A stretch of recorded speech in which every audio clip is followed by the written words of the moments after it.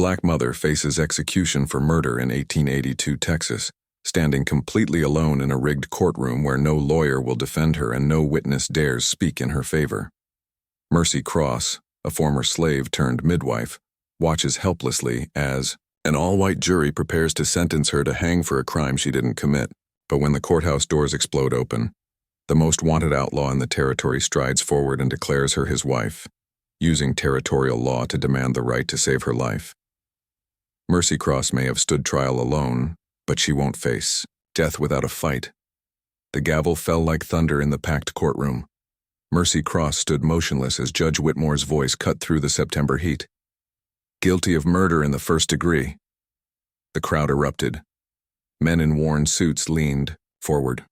Women fanned themselves faster. Children pressed against windows, watching history unfold in the cramped courthouse of Redemption, Texas. Mercy kept her chin level. Her calloused hands remained folded. She had delivered half the babies in this room. Saved their mothers when doctors wouldn't come. Now they bayed for her blood. You will hang at dawn. In the back row, a boy with light brown skin gripped an old preacher's weathered hand. 8 years old. Eyes too knowing for his age.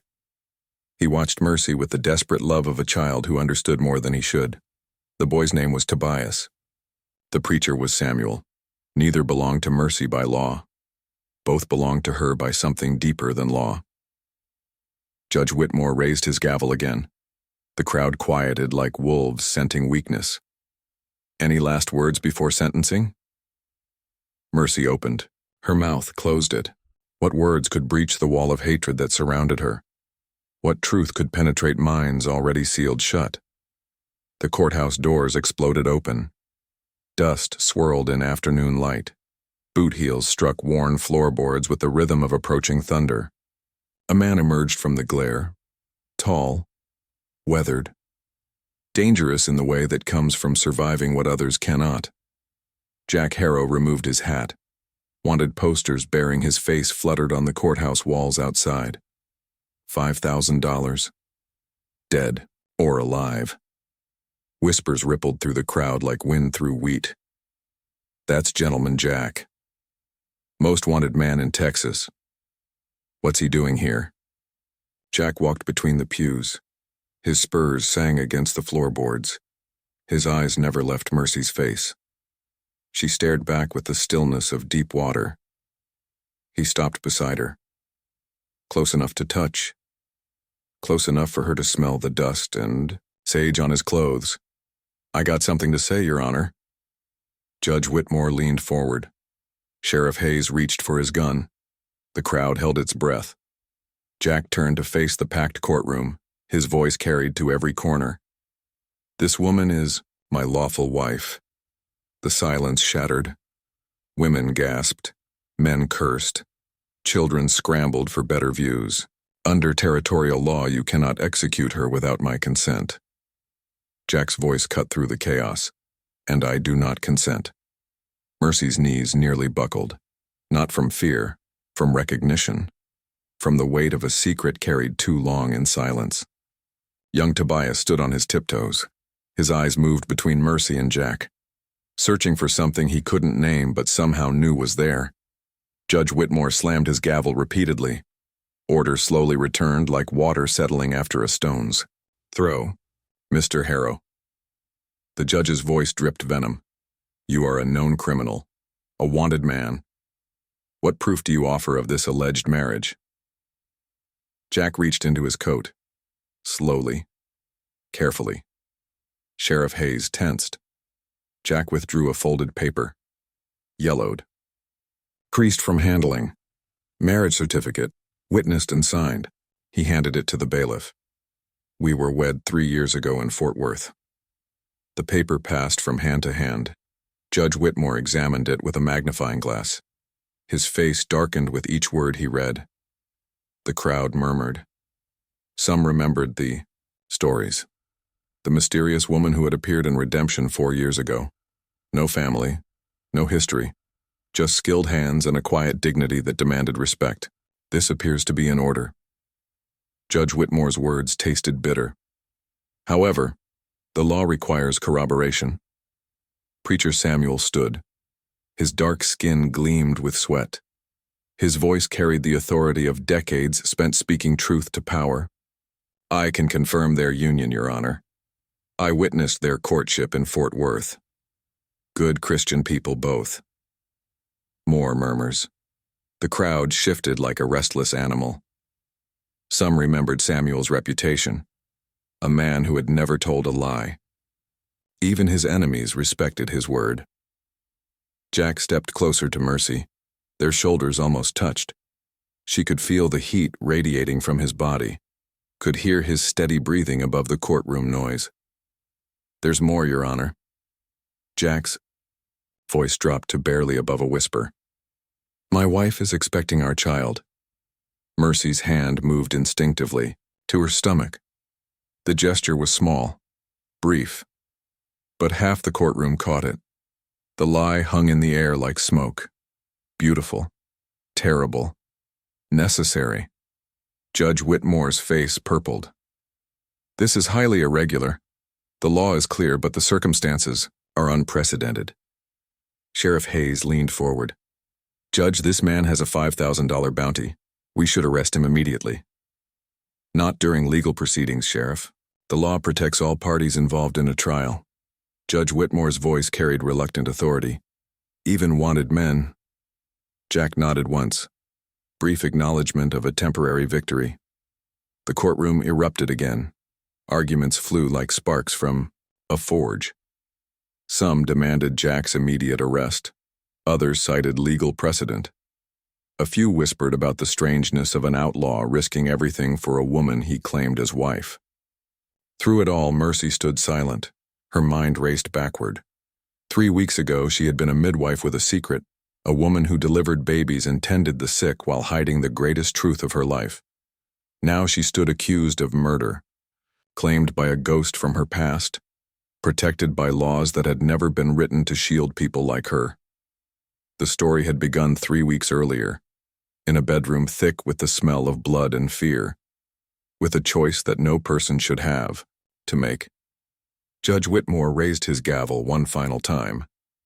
Given these unprecedented circumstances, this court will recess until tomorrow morning. The defendant will remain in custody. Mr. Harrow, you will surrender your weapons and remain under guard. Jack unbuckled his gun belt, handed it to Sheriff Hayes with the slow dignity of a man who knew the cost of every gesture. As the courtroom emptied, Tobias lingered. His eyes moved between Mercy and Jack, searching, wondering, beginning to understand that the world held secrets deeper than he had imagined. Preacher Samuel guided the boy toward the door, but Tobias looked back once. His gaze met Mercy's across the emptying room. In that moment, 3 lives touched by invisible threads of love and loss and hope.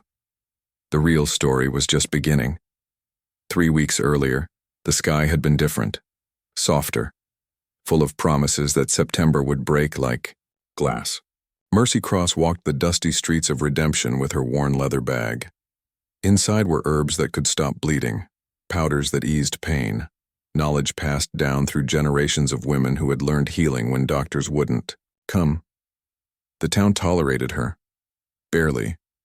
White families called for her when their own were dying, paid her half what they paid the white doctor, never invited her through the front door. She endured, survived, kept her secrets buried deeper than graves. At the church, Preacher Samuel swept the steps. His movements were careful, deliberate, a man who understood that every gesture carried weight in a town that watched for reasons to hate. Morning, Mercy. Morning, Samuel. Their words were simple. Their meaning ran deeper than the Rio Grande. Samuel had been keeping her secret for 8 years. The weight of it showed in the lines around his eyes. Inside the church, sunlight filtered through cracked windows. Dust motes danced like spirits in the colored light. At the back pew, a boy sat reading. Light brown skin, intelligent eyes, hands that moved with careful precision. Tobias looked up when Mercy entered. His face lit with joy that he quickly suppressed. In public, she was just another adult. Someone who helped at the church sometimes. Someone who brought him books and hard candy when no one was looking. In private, in the deepest chambers of her heart, he was everything. How are your letters coming along? Mercy sat beside him. Not too close. Never too close in public. Good. Preacher Samuel says I read better than most grown folks. Pride swelled in her chest. Her son, brilliant, beautiful, forever beyond her reach. She had given birth to him alone. Samuel had helped. They had agreed on the story before Tobias drew his first breath. An orphan. Light-skinned enough to pass. Smart enough to have a future if no one asked too many questions about his parentage. The sacrifice cut deeper than any blade. To love completely and claim nothing. To be a mother only in stolen moments and hidden glances. Keep reading. She touched his shoulder briefly. Books will take you places this town never could. Later that morning, the summons came. Margaret Davidson, the banker's wife, had gone into labor. The baby was coming wrong. The white doctor was drunk, again. Richard Davidson met Mercy at his back door. His face was pale with fear and something else. Something that looked like guilt. She's asking for you specifically. Won't have anyone else. Margaret Davidson lay in a bed soaked with sweat and blood. Her face was gray, her breathing shallow. The baby was turned wrong, coming feet first. How long has she been like this? Mercy set down her bag, began examining Margaret with gentle hands. Since before dawn, maybe longer. Richard paced like a caged wolf. She didn't want to wake me. Margaret's eyes opened, focused on Mercy with desperate clarity. Save my baby. Her voice was barely a whisper. Whatever it costs, save my baby. Mercy felt the child's position. Wrong. Dangerous.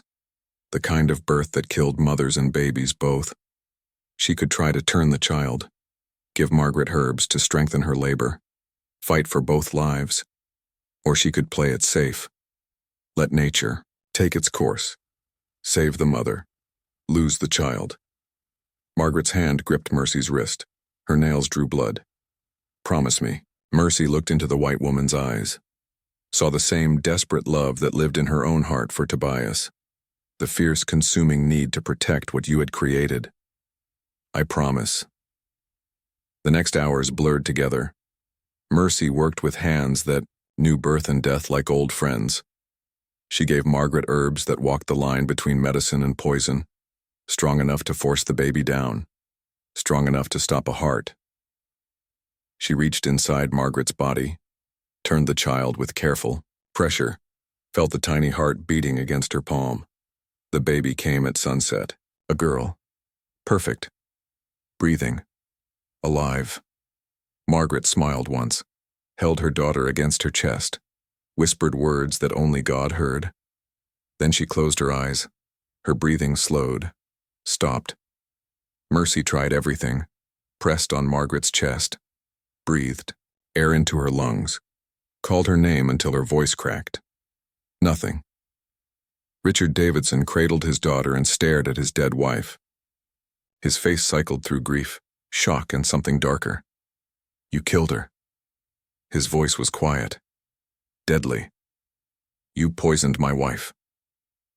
The herbs were to save them both. Sometimes the body just... Get out. Richard's voice rose. Get out before I call the sheriff. Mercy packed her bag with shaking hands. She had made the choice Margaret begged her to make. Saved the child. Lost the mother. In 8 years of midwifery, she had never lost a mother. Never faced the terrible mathematics of choosing who lived and who died. She walked home through streets that suddenly felt different, hostile, as if the wind itself carried news of Margaret Davidson's death. At the church, Tobias was helping Samuel with evening chores. He looked up when she passed, saw something in her face that made him stop sweeping. Are you hurt? The question nearly broke her. This boy who couldn't call her mother but worried for her like a son, who carried her blood and her heart but lived as a stranger. Just tired. Long day. That night, she lay awake listening to the wind, knowing that morning would bring consequences, that Richard Davidson's grief would need a target, that the choice she made to save one child might cost her the chance to ever claim another. 2 days later, Sheriff Hayes knocked on her door. Behind him stood 3 men with ropes and hatred in their eyes. "Mercy Cross, you're under arrest for the murder of Margaret Davidson." She packed one small bag, looked once toward the church, where Tobias was learning his letters. The trial was 3 weeks away, long enough for the town's anger to build like pressure in a kettle, long enough for word to spread beyond redemption's borders, long enough to reach the ears of a man who had been running from this town and its secrets for 8 long years. Jack Harrow heard the news in a saloon 2 counties over. Mercy Cross, on trial for murder, facing the rope. He left his whiskey untouched, saddled his horse in darkness, rode toward redemption and a reckoning that had been 8 years in the making. The wind carried dust and memory, the promise of storms, the scent of choices that could never be undone. The jail cell smelled of rust and desperation. Mercy sat on the narrow cot, hands folded in her lap. Outside, hammers rang against wood. They were building her gallows in the town square. Jack paced the sheriff's office like a caged wolf.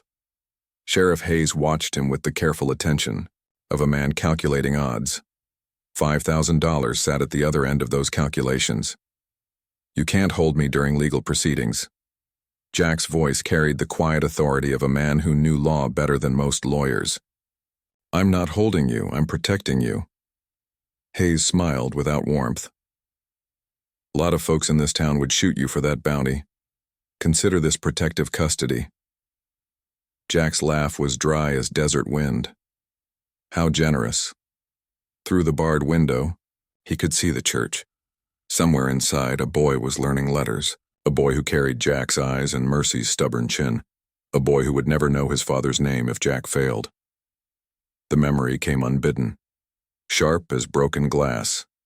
8 years ago. Jack bleeding out in a cave outside Fort Worth. 3 bullets, in him. Horse dead. Posse closing in. Death creeping up his spine like winter frost. Then she appeared. Mercy. Barely 20. Fresh marks on her wrists from broken shackles. Free but not yet safe. Running toward something instead of away from it. She found him delirious with fever. Could have left him to die. Should have left him to die. Instead, she dragged him deeper into the cave. Hid his horse's body. Covered their tracks with the skill of someone who understood pursuit. For 3 months she nursed him. Fed him. Kept him alive while his body healed and his soul learned what it meant to be seen as human instead of hunted. They talked in whispers, shared stories. She told him about slavery. About freedom that tasted like blood and hope. He told her about running. About the weight of being wanted by everyone and belonging to no one. Somewhere in those stolen months, survival became something deeper. Need became want. Want became love. When he could ride again, they both knew the choice ahead. He was an outlaw. She was a free woman building a new life. Together, they would be hunted, hated, destroyed. "I have to go." He had saddled his horse in the pre-dawn darkness. "This life I lead, it's no life for you. That's my choice to make." "No, it's mine." He mounted his horse without looking back. Find somewhere safe. Build something good. Forget I ever existed. He rode away. Left her standing in the cave mouth with tears on her cheeks and words unspoken between them. He never knew about the child. Now in the jail cell, that choice felt like a wound that had never healed. He had thought he was protecting her. Instead, he had abandoned her to face motherhood alone, to raise their son in secret, to sacrifice everything for a love she could never claim. "Visitor for you, Harrow." Sheriff Hayes unlocked the cell door. 5 minutes. Preacher Samuel entered. His dark face was grave. His hands trembled slightly as he removed his hat. "We need to talk." They sat on opposite ends of the cot. The silence stretched between them like a bridge neither wanted to cross. "The boy." Samuel's voice was barely above a whisper. "He's asking questions." Jack's chest tightened. What kind of questions? Why his mama is in jail? Why a stranger? would claim to be married to her. Why you got his eyes? The truth hung in the air like smoke.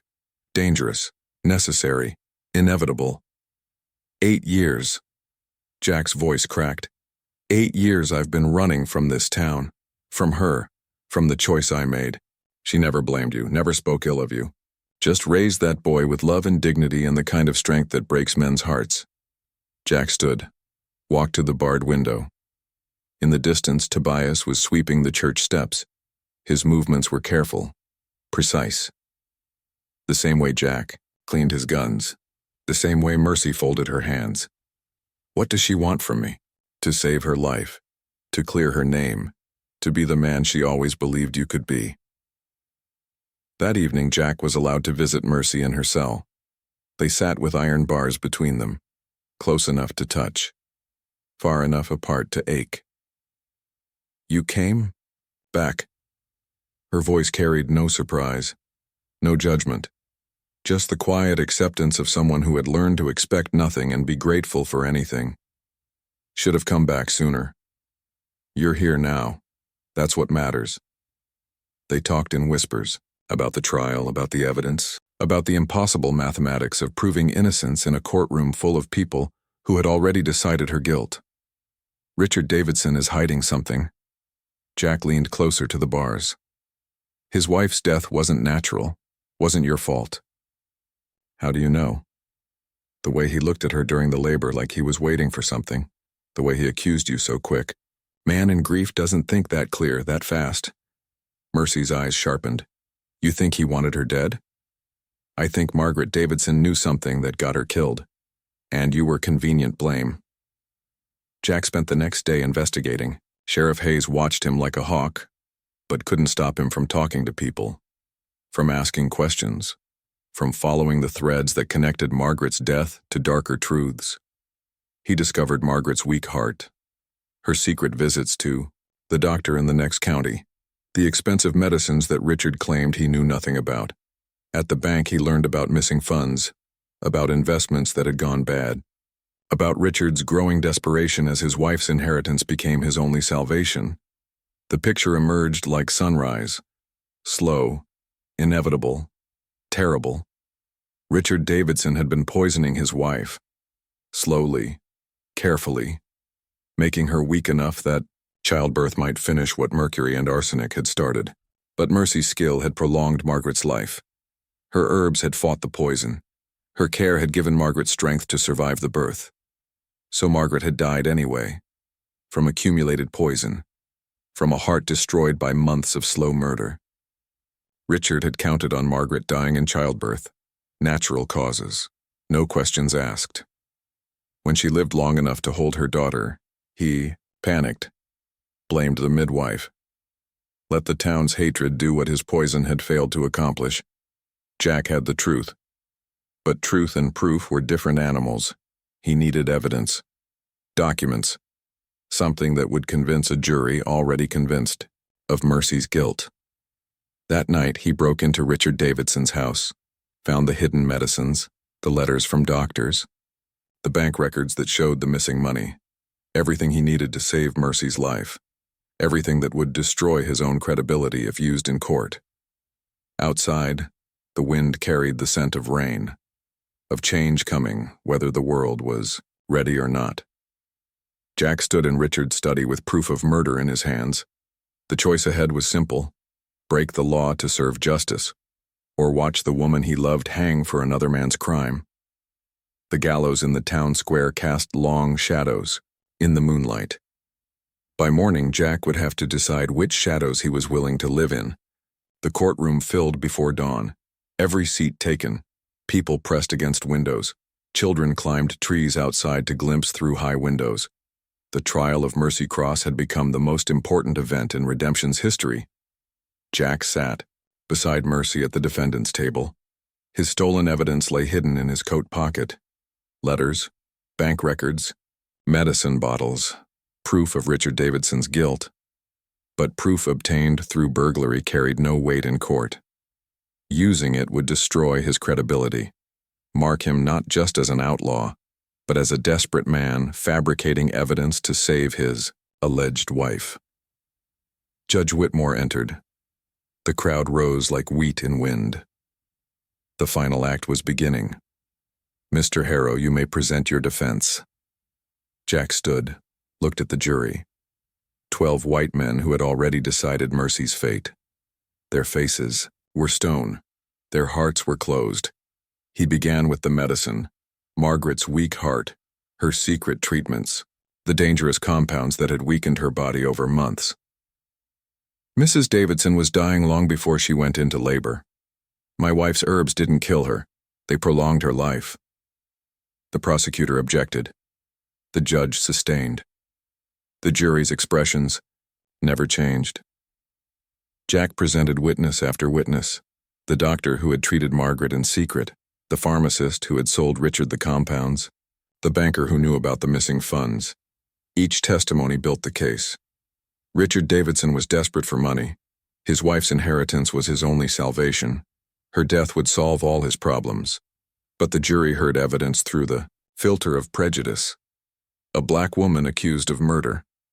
An outlaw claiming to be her husband. Truth became suspect. Facts became opinion.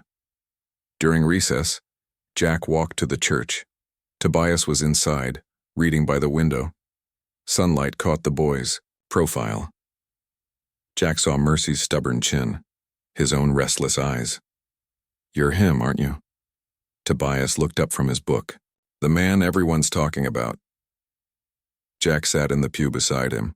Not too close. Never too close in a town that watched everything. What do you think? I think you got my eyes. And my hands. Tobias held up his fingers. Long. Careful. Built. For precision. I think maybe you're the reason I don't look like everybody else around here. The boy's directness cut deeper than any blade. 8 years of questions. 8 years of wondering. 8 years of living as an orphan when he had parents who loved him too much to claim him. Jack reached into his pocket, pulled out a compass. Brass. Worn smooth by handling. His father had given it to him. His father's father before that. For when you're ready to find your own way. He placed it in Tobias's palm. Good men sometimes have to make hard choices, but they never stop trying to do right. Tobias turned the compass over in his hands. The needle swung true north. Steady. Unwavering. Are you my pa? The question hung in the air like gun smoke. Jack looked into the boy's eyes, saw trust, hope, the desperate need for truth in a world built on lies. I'm a man who's made mistakes, who's trying to fix them before it's too late. When court resumed, Jack made his closing argument. He presented the timeline of Margaret's death, the financial motive, the pattern of a desperate man destroying his wife to save himself. But words weren't enough. Evidence wasn't enough. In a courtroom poisoned by hatred, truth was just another opinion. Jack made his choice. Your Honor, I call Richard Davidson to the stand. The banker rose slowly. His face was pale. His hands shook as he walked to the witness chair. Jack began, gently, asked about Margaret's health, her medicines, her final days. Then he produced the evidence. The stolen letters, the bank records, the bottles of mercury and arsenic found in Davidson's study. Objection. The prosecutor leaped up. How was this evidence obtained? Jack met the judge's eyes. Does it matter how truth is discovered, Your Honor? Or does it only matter that truth is told? The courtroom erupted. Judge Whitmore slammed his gavel repeatedly. Order dissolved into chaos. But Richard Davidson broke first. I didn't mean for her to suffer. His voice cut through the noise. She was dying anyway. The doctor said her heart was weak. I just helped it along. Silence crashed over the courtroom like a wave. She would have died in childbirth naturally. I needed the money. The bank was failing. Her inheritance was the only way to save it. Richard's confession poured out like blood from a wound. Months of slow poisoning. Careful doses of mercury. Planning his wife's death to look like natural causes. But she lived. That woman kept her alive, kept her strong enough to deliver the baby. It wasn't supposed to happen that way. The jury stared in shock. The prosecutor sat down heavily. Judge, Whitmore looked like a man who had swallowed poison himself. Bailiff, arrest Mr. Davidson for the murder of his wife. The courtroom exploded again. Richard was led away in shackles. The charges against Mercy were dropped. Justice had been served, but victory carried a price. Jack's protection ended with the trial. Sheriff Hayes waited outside with 3 deputies. The bounty on Jack's head hadn't disappeared with Mercy's vindication. Jack walked to the courthouse steps. The crowd parted before him. Some faces showed respect. Others showed the cold calculation of people counting money. Hayes stepped forward, hand on his gun. Jack Harrow, you're under arrest. The voice came from behind. Quiet, steady, carrying the authority of moral conviction. No, he's not. Preacher Samuel stood at the top of the church steps. Behind him, the freed slaves of redemption emerged. Men and women who had found dignity and freedom, who understood the difference between law and justice. They surrounded the courthouse, not armed, not threatening, just present, immovable as mountains. You want him, you go through all of us. Samuel's voice carried across the square. And that would make you the criminal, Sheriff Hayes. Hayes looked at the crowd, calculated odds, realized that shooting unarmed citizens to collect a bounty would destroy him, would make him worse than the man he was trying to arrest. Reluctantly, he stepped aside. Jack mounted his horse, rode slowly through the crowd. At the edge of town, he stopped. Mercy waited, with 2 horses and a traveling bag. You really think I'd let you leave alone again? What about Tobias? Samuel will raise him until we can send for him, when the world's ready. They rode out together, finally free to be a family, even if it meant living as outlaws. 6 months. Later, in a hidden valley, Jack taught Tobias to shoot while Mercy tended their garden. The boy called them by their first names, not Mama and Papa, but love filled every glance between them. That evening, Mercy sat on their porch, visibly pregnant, with their second child. Jack beside her watching the sunset paint the sky red and gold. You think he'll understand someday why we couldn't? Jack took her hand. He'll understand we chose love over fear, that's enough.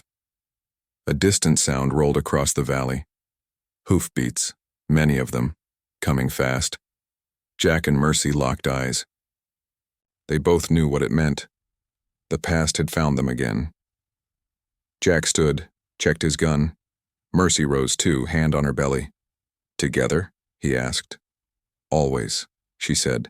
The hoofbeats grew closer as they stood united, facing whatever came next. And that is all to the story, for now. Please let me know where you are tuning in from. Perhaps we will create a story there. Consider liking this video and subscribing to our channel, and if you enjoy our content, click this video on your screen. I promise you it's worth watching. See you tomorrow.